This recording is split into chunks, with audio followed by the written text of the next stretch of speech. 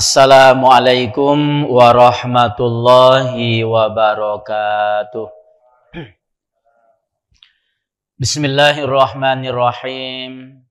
Innal hamdalillah nahmaduhu wa nasta'inuhu wa nastaghfiruh wa na'udzu billahi min syururi anfusina wa min sayyiati a'malina. Man yahdihillahu fala mudhillalah wa man yudlilhu fala hadiyalah.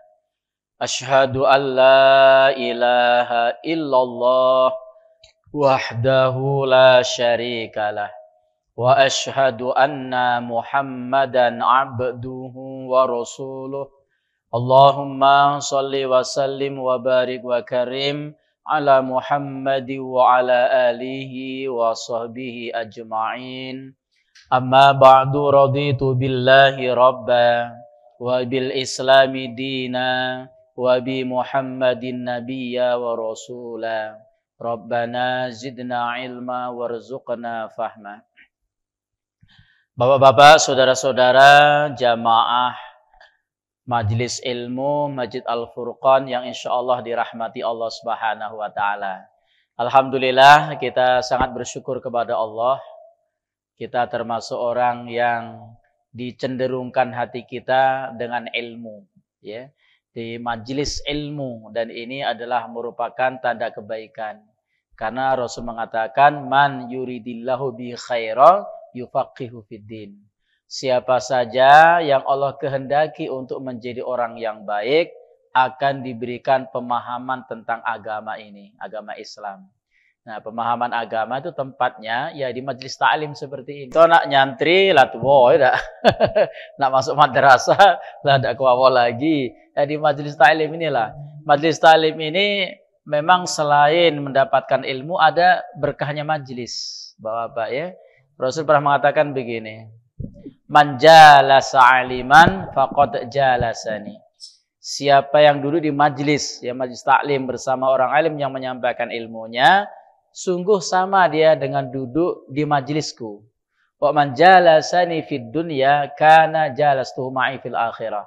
Siapa yang di dunianya rajin duduk di majelis ilmu, ya, yaitu di majelisku, niscaya kelak di akhirat dia akan bersamaku. Didudukkan Rasul bersama beliau. Kalau bersama Rasulullah, kata lagi tempatnya kecuali di surga, ya. Dan surganya Rasulullah insyaallah Jannatul Firdaus, surga yang paling tinggi. Harapan kita seperti itu ya. Kalau cuma untuk menimba ilmu sekarang sudah banyak sarana ya. Di YouTube lah banyak ceramah, tinggal milih baik. Tapi berkah majelisnya ini yang insya Allah kalau kita berada di majelis seperti ini akan kita dapatkan. Nah, Bapak yang dirahmati Allah, kajian kita ketika saya ditawarkan itu ya akidah belum dibahas, ya kita belajar akidah, ya belajar akidah. Kenapa kita harus belajar akidah? Ya banyak sekali keutamaannya. Sekarang saya lihat dulu secara komprehensif ya ajaran Islam apabila dipandang secara syumuliah, secara totalitas itu dikelompokkan ke dalam 3 bagian besar. Ya. Ada kajian akidah nomor 1 nih. Akidah ini isinya tentang iman tauhid, ya. Kita belajar tentang keimanan, kita belajar tentang tauhid. Itu kajian pertama. Lalu yang kedua itu disebut dengan syariah. Syariah itu hukum, aturan, ya, yang mengatur umat Islam dalam berhubungan satu kepada Allah Subhanahu wa taala yang disebut dengan ibadah. Kemudian berhubungan kepada sesama manusia yang disebut dengan muamalah atau muasyarah. Nah, ini tentang syariah. Itulah yang dalam kajian fikih. Kita penting belajar fikih kan supaya kita tahu arah ibadah kita. Kemudian yang ketiga itu akhlak, ya. Akhlak. Akhlak ini ya di sana ada tasawuf ya untuk mengkaji hati, untuk memuliakan kepribadian kita. Jadi kalau kita ibaratkan minuman ya, ini minuman. Antara botol dengan airnya penting mana lah kira-kira? Penting air. Cuman kalau udah katik botolnya cak mau ngambil banyunya. Kata wadahnya kan. Memang yang akan kita manfaatkan ini adalah airnya, tapi wadah tidak bisa kita tinggal. Ya. Ibarat akidah itu adalah airnya ini. Syariah atau fikih itu wadahnya. Maka dua-duanya harus kita pelajari. Belajar akidah, juga belajar fikih. Sebab kalau minuman disodorkan hanya botolnya baik, ya, ndak kate isinya, apa nak diminum, gitu kan? Kita beribadah kepada Allah, ya, umpamanya sholat, taruhlah, sholat bacaannya fasih, ya. Kemudian gerak rukunya tumak nina, bagus sekali. Cuman hatinya tidak nyambung dengan Allah, hampa sekali, tidak ada nilai, tidak ada bekas kebaikan atau efek positif dari sholat yang kita lakukan. Kenapa? Cuman memperhatikan wadah baik. Karena itulah dalam sholat, Bapak-Bapak ya, kalau menurut Imam Syafi'i kan ada 13 rukun ya. 13 rukun itu dibagi 3, dikelompokkan. Ada namanya, pertama rukun qalbiyah. Yang kedua rukun qauliyah. Yang ketiga rukun fi'liyah. Rukun qalbiyah itu adalah ketersambungan hati kita kepada Allah. Inilah pelajaran akidah kita. Dalam sholat itu ada akidah ya. Orang kalau sholat hatinya sama sekali tidak ingat dengan Allah, ya, maka tidak sah sholatnya. Nah, dalam rukun qalbiyah ini isi adalah niat. Maka ketika kita niat mau sholat, harus betul-betul kita nyambung kepada Allah. Inna sholati wa nusuki wa mahyaya wa mamati lillahi rabbil alamin. Sesungguhnya sholatku, ibadahku, hidup dan matiku adalah semata-mata hanya untuk Allah, Tuhan yang menciptakan alam semesta. Itu niat, itu rukun qalbiyah. Baru rukun yang jasadiyah. Apa itu? Rukun qauliyah. Baca takbir, kemudian baca surah Al-Fatihah, ya, membaca tahiyat, baca sholawat, baca syahadat, ya, kemudian salam, itu rukun qauliyah. Ada lagi rukun fi'liyah, gerak badan kita, tegak kita, rukuk kita, i'tidal kita, sujud kita, duduk kita, itu rukun fi'liyah. Nah, tiga-tiganya ini harus ada. Makanya kalau rukun qalbiyahnya hilang, maka sholatnya termasuk tidak sah. Walaupun secara syariat barangkali benar ya tata sholatnya, tapi karena hati tidak nyambung, niatnya tidak jelas, maka itu juga tidak dianggap. Makanya kata Rasul, innamal a'malu binniyat. Ya, amal itu tergantung dengan niatnya. Nah, ini syariah ya. Syariah itu mengkaji masalah fikih ya. Hukum yang mengatur hubungan manusia dengan Allah itulah ibadah, atau hukum yang mengatur hubungan manusia dengan sesama manusia. Di sana ada muamalah, ada jual beli, utang piutang, segala macam ya, sewa menyewa dan lain sebagainya. Nah, yang ketiga akhlak tadi. Jadi akhlak ini ibarat begini, Pak. Saya disodori minuman, tapi cara menyodorinya itu kasar. Ustaz, minumlah. Mun haus, mun galak, payu, tidak sudah. Kita kan tidak lemak minumnya kan dengan cara kasar seperti itu. Akhlak itu. Akhlak. Tapi kalau nyodorkannya dengan cara sopan, dengan santun, kita senang. Minuman wadahnya bagus, isinya lezat, ya. Cara menyodorkannya juga dengan sopan santun. Orang senang menerimanya. Begitulah Allah. Jadi kita ini dalam beramal kan untuk Allah semuanya kan. Ketika kita menyuguhkan amaliah kita kepada Allah, Allah lihat.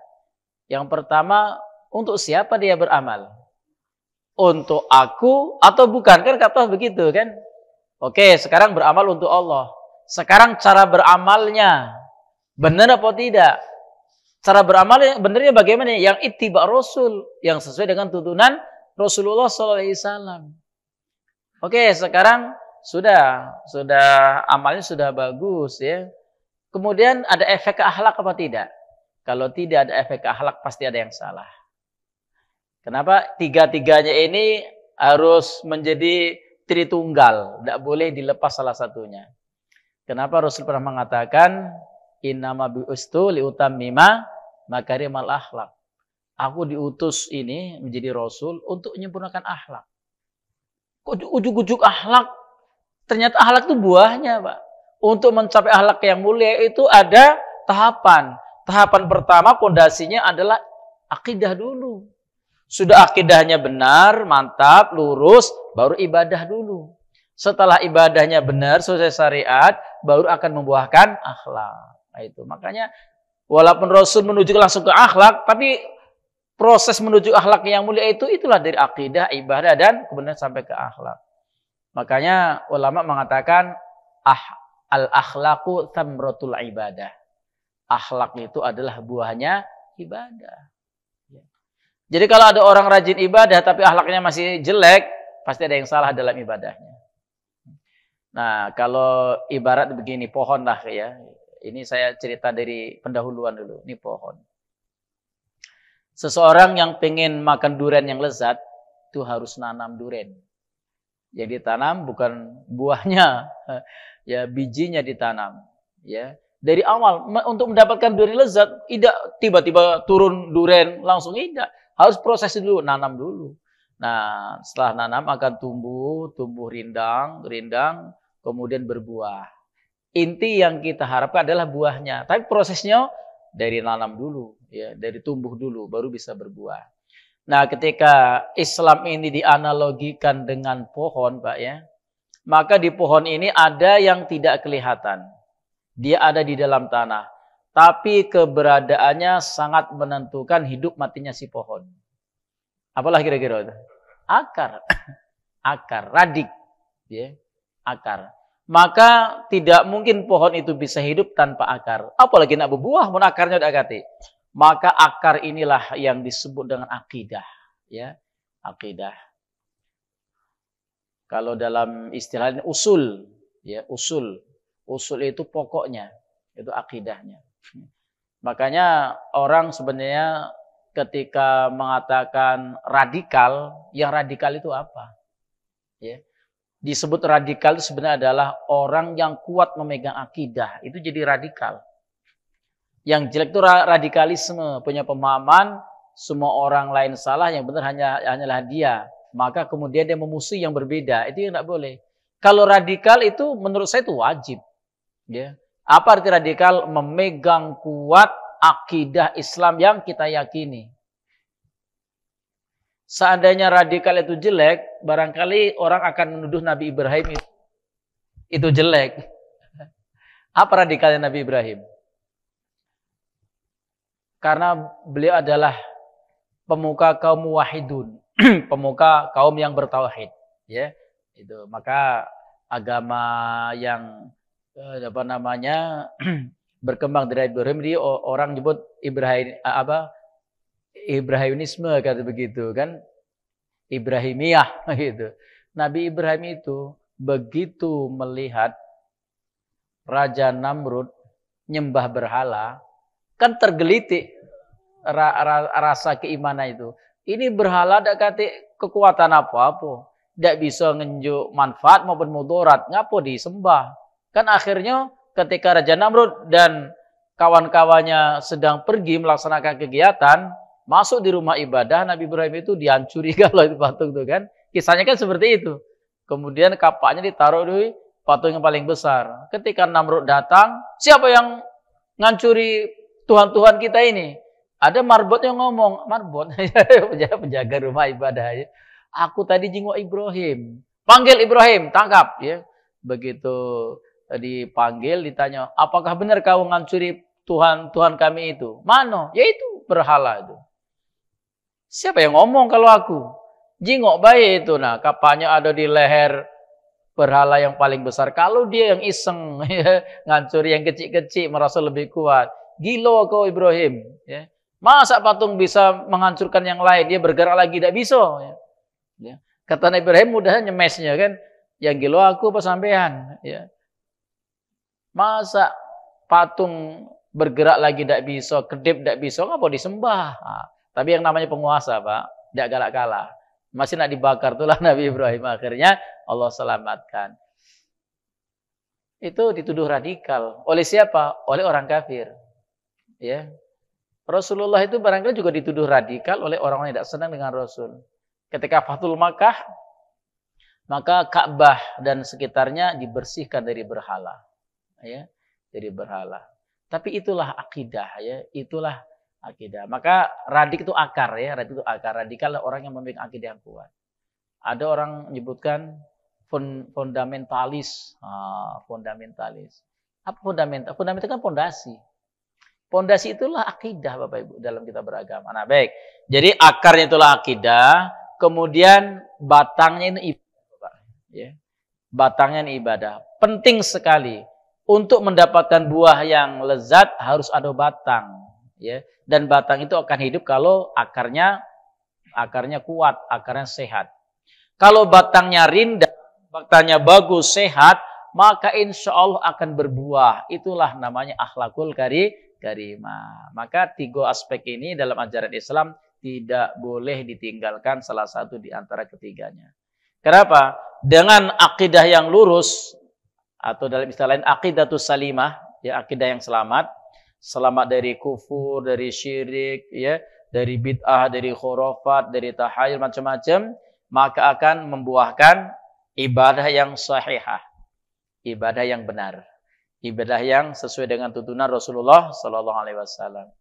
Nah, dari ibadah yang benar inilah kemudian akan membuahkan akhlak yang mulia, atau disebut dengan istilahnya matinul khuluq, akhlak yang kokoh, ya, akhlak yang kuat. Nah, ini kenapa kita penting mempelajari akidah. Makanya saya sarankan di majelis-majelis 3 aspek ini, ya, ini menjadi kajian utama. Kajian akidah, kajian fikih, dan kajian akhlak. Kalau kami di madrasah dulu antara akidah dan akhlak itu jadikan satu mata pelajaran. Mata pelajaran akidah akhlak gitu ya. Itu menjadi satu pelajaran. Kalau di UIN, di Usuluddin itu ada prodi akidah, ada prodi tasawuf. Ya. Program studi itu sudah dipisahkan ya. Akidah ini digandingkan dengan filsafat karena sama-sama pemikiran. Kemudian tasawuf ya digandingkan dengan terapi ya, terapi rohani.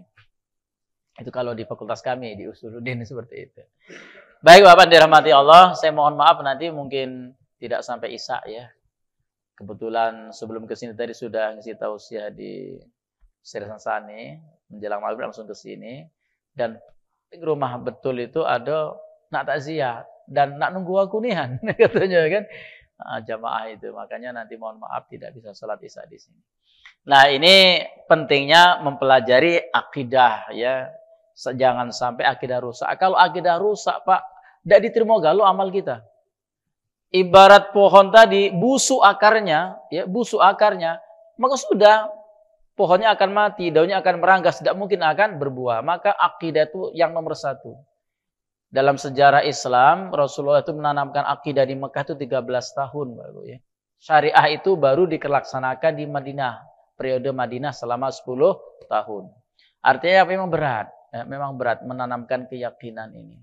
Nah, dalam kajian akidah, Bapak ya, kita nanti akan melihat ada perbedaan.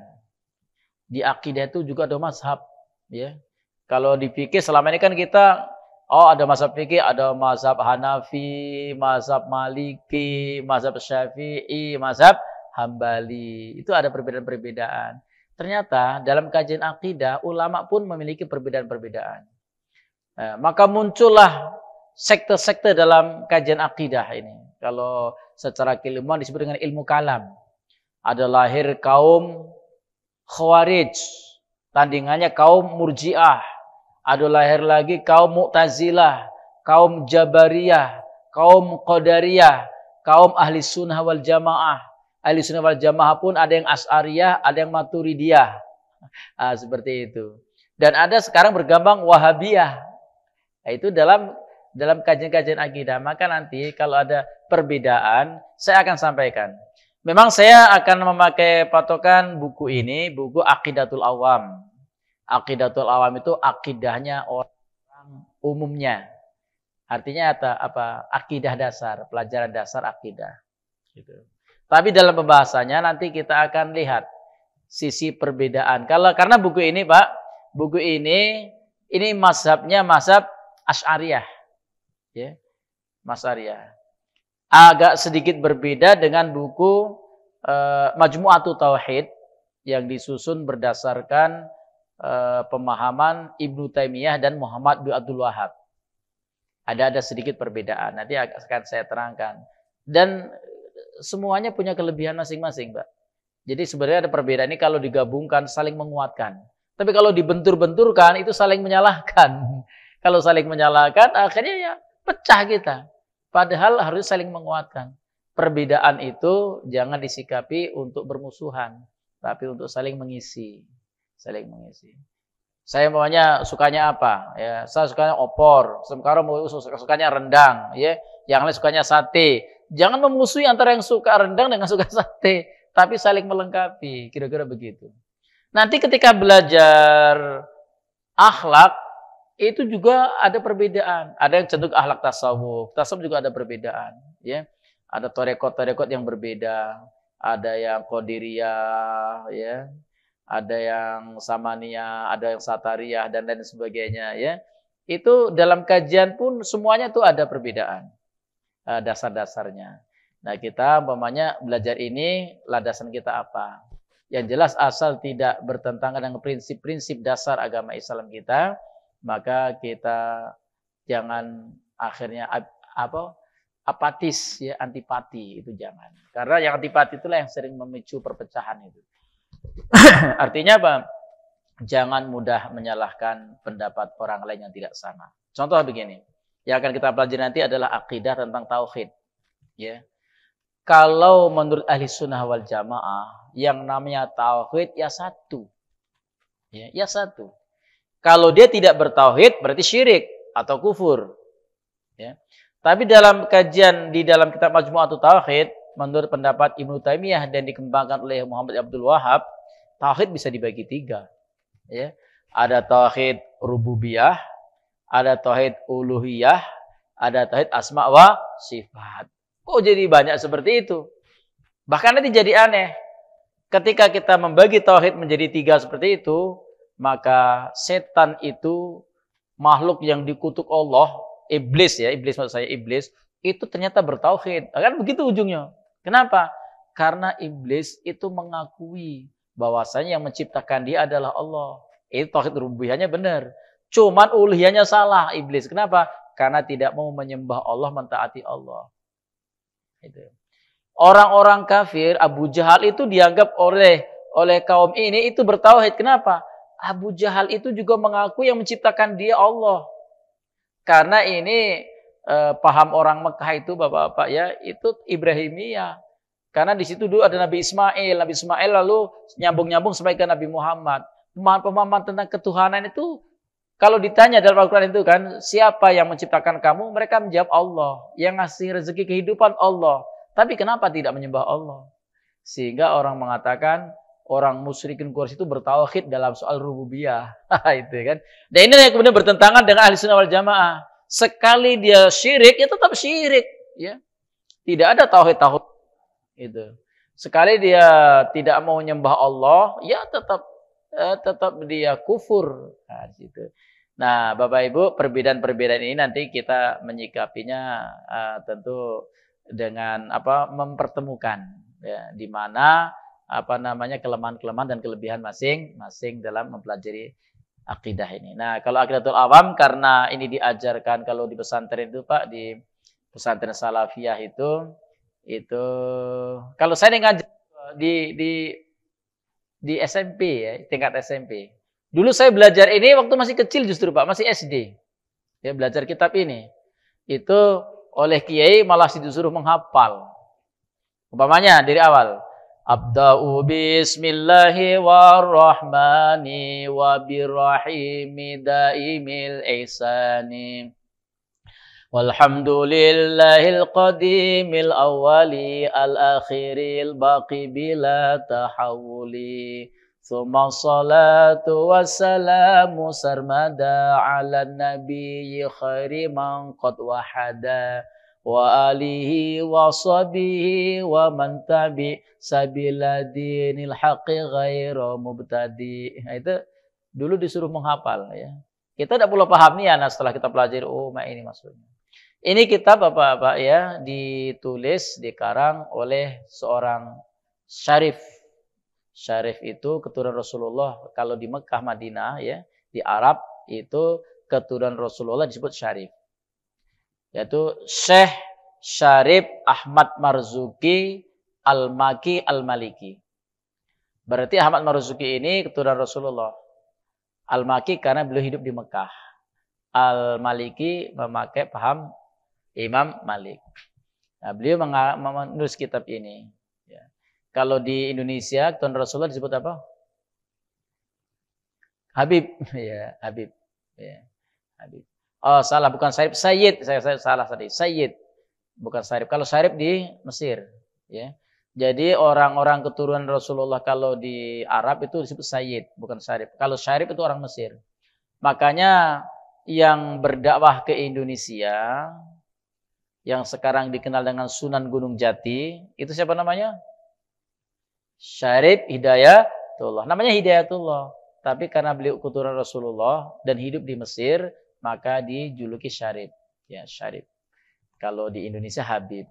Ya, kita kemarin ada kawan meninggal nama Habib Mahdi. Nah, itu Habib itu karena keturunan Rasulullah Shallallahu Alaihi Wasallam. Walaupun banyak orang mempermasalahkan sekarang ya Habib. Nah itu.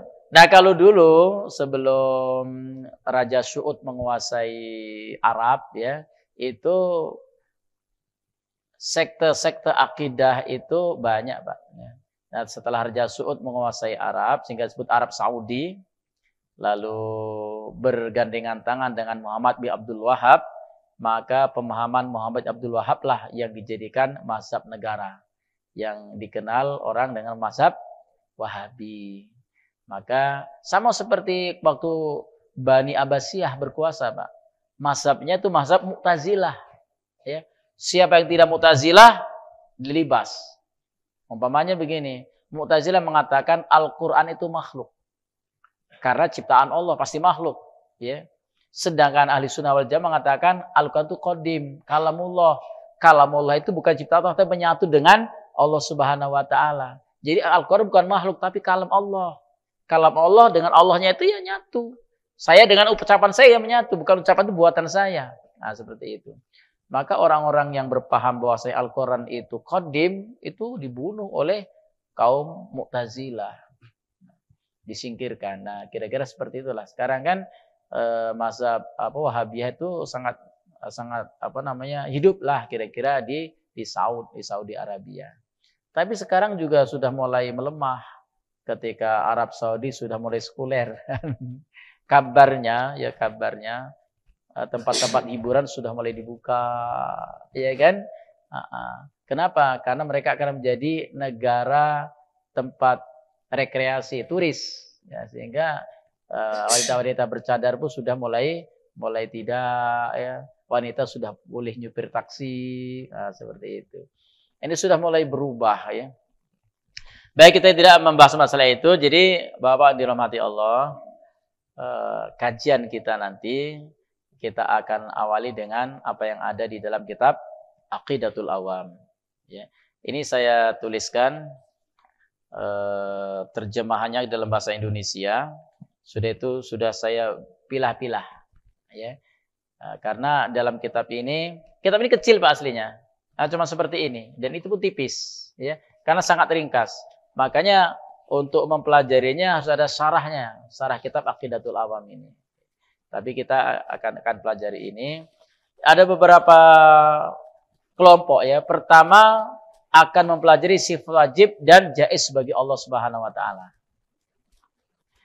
Kemudian yang kedua pelajari sifat wajib, ya, mustahil dan jaiz bagi Rasul. Kemudian nama-nama para nabi dan rasul di kitab ini. Lalu nama para malaikat, nama kitab-kitab suci, nama dan keturunan keluarga Nabi Muhammad, tentang peristiwa Isra Mi'raj dan penutup. Ada 7 bagian.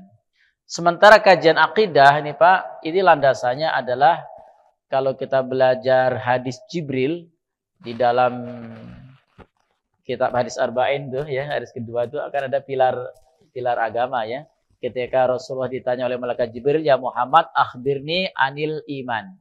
Apa kata Nabi? Al-imanu antu'mina billahi wa malaikatihi wa kutubihi wa rusulihi wal yaumil akhiri wal qadri khairi wa syarri minallah. Jadi landasan belajar akidah ini 6 dari hadis ini? Yang oleh ulama dijadikan rukun iman. Jadi rukun iman dia. Maka kita ditanya, ya Muhammad akhbirni anil iman. Muhammad beritahukan kepadaku tentang iman. Apa itu? Maka jawab Nabi apa? Al-imanu, iman itu adalah antu minabillahi. Engkau percaya dan yakin kepada Allah Subhanahu wa taala. Maka pelajaran akidah yang awal adalah pelajaran tauhid. Mengesahkan Allah Subhanahu wa taala. Ini panjang nanti kayak kajiannya, Pak. Ya, panjang sekali. Makanya di sini ada sifat-sifat bagi Allah. Ya, nanti kalau kita merunut kepada Abdullah bin Muhammad bin Abdul Wahab, maka ada tauhid asma wa sifat. Tauhid asma itu nama-nama Allah yang sudah disampaikan Rasul ada 99 yang disebut dengan Asmaul Husna. Lalu sifat-sifat Allah. Sifat Allah berapa? Sifat Allah itu sangat banyak. Tapi ulama ya umpamanya Asy'ariyah itu menyusun hanya 20 yang wajib. Kenapa? Yang 20 inilah yang untuk membantah orang-orang yang mempertuhankan selain Allah. Artinya apa? Kalau dia dipertuhankan tidak sesuai dengan 20 sifat ini, berarti dia bukan Tuhan. Nah, kira-kira begitu. Bukan berarti membatasi sifat Allah hanya 20 yang wajib, tidak. Ada sifat yang mustahil, yang tidak mungkin terjadi pada Allah. Tapi disifati oleh orang-orang kafir itu dibantah. Ya. Lalu ada sifat Allah yang jaiz. Jaiz itu yang pertengahan, ya, yang boleh. Ya.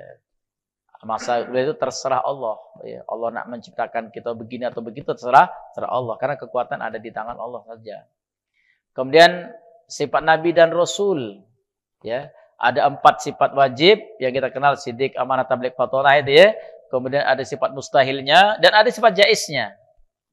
Maka kitab ini sering disebut dengan Aqidatul Khamsin. Ya, akidah 50. Dari mana 50? Sekarang sifat wajib 20, sifat mustahil 20. Jadi 40. Sifat jaiznya 1 bagi Allah. Sudah 41. Ditambah dengan sifat Nabi yang wajib 4, yang mustahil 4, 8. 8 tambah jaiznya 1, 9.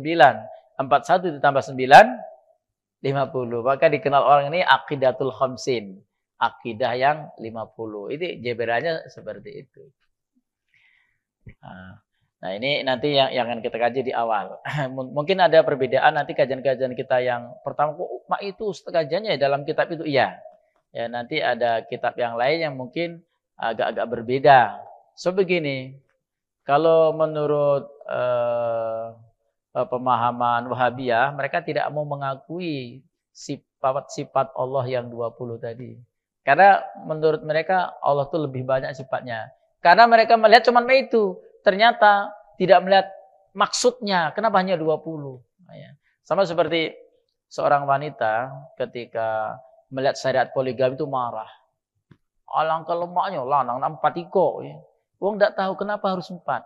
Ya. Pertama, wong zaman dulu, kalau dia laki-laki itu tajir, sugih, ya, kemudian dia bangsawan, itu nikah segendak-gendak. Segendak-gendak. Ya. Itu ada 20, ada 41 nikah, istrinya seperti itu. Oleh Islam tidak boleh dibatasi, hanya pada level 4 saja. Kalau kita melihatnya alangkah banyaknya, lihat sejarahnya, ya, sejarahnya. Ada nabi yang tidak kata istri, seperti Nabi Isa, tidak punya istri beliau. Nabi Yahya tidak sempat beristri, sudah dibunuh. Ya. Ada nabi yang istrinya banyak. Siapa itu? Kalau Nabi Yakub 4 ya, anaknya 12. Nabi Sulaiman dalam satu riwayat 1000 istrinya. Karena raja di raja Nabi Sulaiman itu kekuasaannya lintas Palestina itu sampai ke Yaman. Itu kabarnya. Di Cina juga ada ya seorang raja Cina yang punya kamar istananya itu 1000 karena istrinya 1000. Aku dapat baca yang kenyang mana 1000 ngilir kenyo itu kan. Rasulullah itu diberikan oleh Allah wewenang sampai berapa istri Rasulullah? 9 orang itu ketika Rasul wafat meninggalkan 9 orang istri. Tapi ada istri Rasul sudah wafat duluan. Ya. Ada istri Rasul sudah wafat duluan. Khadijah wafat duluan. Saudah wafat duluan. Sehingga kalau ditambahkan itu ada 11. Tapi Ada lagi pendapat, ya Rasulullah itu kan dikasih hadiah. Dan juga rampasan perang yang kemudian menjadi hamba sahaya. Hamba saya ini menurut sebagian ulama dimerdekakan oleh Rasulullah, diduai kok ini. Kemudian dinikahi, menjadi istri yang sah. Dinaikkan derajat dari hamba saya menjadi merdeka. Dan dinikahi menjadi istri Rasulullah. Tapi ada yang berpendapat tidak dimerdekakan, tetap menjadi hamba sahaya. Sehingga menurut pendapatnya ini, istri Rasul ada 13. Alangkah banyaknya. Itulah orang orientalis menuduh Nabi Muhammad itu ya maniak betino istilahnya itu ya. Padahal tidak. Rasulullah itu ketika menikah itu perintah Allah Subhanahu wa taala. Ya. 25 tahun bersama Khadijah sampai Khadijah wafat, Rasulullah tidak pernah berpoligami. Begitu Khadijah meninggal, ya tidak sampai setahun Rasul nikah lagi. Ya. Rasul nikah lagi. Nikah lagi pun ini karena menyelamatkan seorang wanita yang suaminya wafat di Habasah. Ya. Lalu ketika hijrah cuma sikok istri. Sampai di Madinah setelah 2 tahun baru menikah dengan Aisyah radhiyallahu anha. Dan nikah dengan Aisyah pun Rasul pernah bercerita dengan Aisyah, sebelum engkau ada dulu, aku sudah bermimpi. Aku ditunjukkan Allah dalam mimpiku akan punya istri. Begitu kubuka tirai wajahnya, ternyata engkaulah yang sekarang saya nikahi ini. Jadi sebelum Aisyah ada pun Rasul sudah diperlihatkan ini bakal istrimu. Itu kan? Berarti apa sudah dirancang oleh Allah seperti itu. Dan Aisyah luar biasa. Dari Aisyah inilah yang cerdas, yang pintar, itu banyak sekali hadis-hadis diriwayatkan. Nah, kemudian istri yang lain banyak sekali diperintahkan oleh Allah. Umpamanya salah seorang istri Zainab, ya. Zainab ini mantan istri anak angkat. Allah suruh nikahi. Untuk apa? Sebagai lambang pemahaman syariat dalam Islam, anak angkat ya tetap anak angkat, tidak sama dengan anak kandung. Sehingga istrinya pun kalau sudah dicerai boleh dinikah oleh bapaknya, bapak angkat. Tapi kalau istri anak kandung tidak boleh. Anak kandung kalau sudah beristri maka istri itu walaupun dicerai oleh suaminya yang anaknya itu tetap tidak jadi anak sampai mati haram dinikahi. Jadi ketika Rasul menikah itu banyak sekali pelajaran dan itu perintah Allah Subhanahu wa taala. Jadi jangan memandang Rasul istri sampai 13 itu jelek atau kemudian syariat laki-laki boleh sampai 4 itu jelek. Itu sebenarnya adalah untuk memuliakan wanita. Kira-kira begitu kan? Makanya ketika ada pemahaman sifat 20 itu jangan langsung dibantah, itu mengkerdilkan Allah cuman 20, Allah itu maha segala-galanya, masa pas sifatnya 20. Padahal sifat 20 itu untuk membantah ya tuduhan orang kafir atau untuk memberikan batasan yang bisa dipertuhankan itu yang bagaimana ya. Contoh saja mohon maaf contoh saja. Nabi Isa dipertuhankan dengan nama Yesus Kristus. Sekarang dari sisi surah Al-Ikhlas saja itu sudah tidak kena. Dalam Islam qul huwallahu ahad. Pertama Allah itu satu ya. Taruhlah Nabi Isa satu ya. Kemudian ada lam yalid walam yulad. Kalau yang namanya Tuhan itu ya tidak beranak, artinya tidak punya anak dan tidak diperanakan, artinya tidak punya wong tua. Nabi Isa ada ibunya, coret berarti dia bukan Tuhan. Kan seperti itu. Sekarang berhala. Berhala itu ada enggak umpamanya masuk ke dalam kriteria sifat 20 ini. Di antara sifat 20 itu adalah basor, sama kalam, melihat, mendengar, berkata-kata. Kenapa berhala dipertuhankan? Bisa tidak dia melihat? Tidak bisa. Mendengar tidak bisa. Ngomong tidak bisa. Coret itu bukan Tuhan. Seperti itu. Kita paham. Oh begini maksud ulama yang menyusun sifat-sifat Allah hanya 20. Itu sudah 20 itu sudah memungkinkan untuk membantah ketuhanan selain Allah Subhanahu wa taala. Nah, demikian juga sifat Nabi dan Rasul. Ada siddiq, amanah, tabligh, fatona. Kalau ada orang ngaku Nabi tapi tidak siddiq, coret, bukan Nabi. Ya. Tidak balik, tidak menyampaikan, bukan Nabi. Tidak cerdas, bukan Nabi. Ya. Nah, seperti itu. Nanti insya Allah kita bahas, Bapak, ya. Kalau memungkinkan. Ya, walaupun sedikit, kalau memang betul-betul mau belajar, insya Allah dapat ilmunya. Ya. Tapi kalau sedikit, lama tinggal siko. Ya, mudah-mudahan ya kita lihat saja kekuatan kita. Bapak Ibu dirahmati Allah, cukup saja sampai di sini, sudah hampir isya. Saya mohon izin. Dari saya, kalau ada hal kurang berkenan mohon maaf Pak ya, nanti bisa kita bahas berikutnya. Akhir kalam, hadanallahu yakum ajma'in, subhanakallahumma wa bihamdika, asyhadu an la ilaha illa anta, astaghfiruka wa atubu ilaik. Wassalamualaikum warahmatullahi wabarakatuh.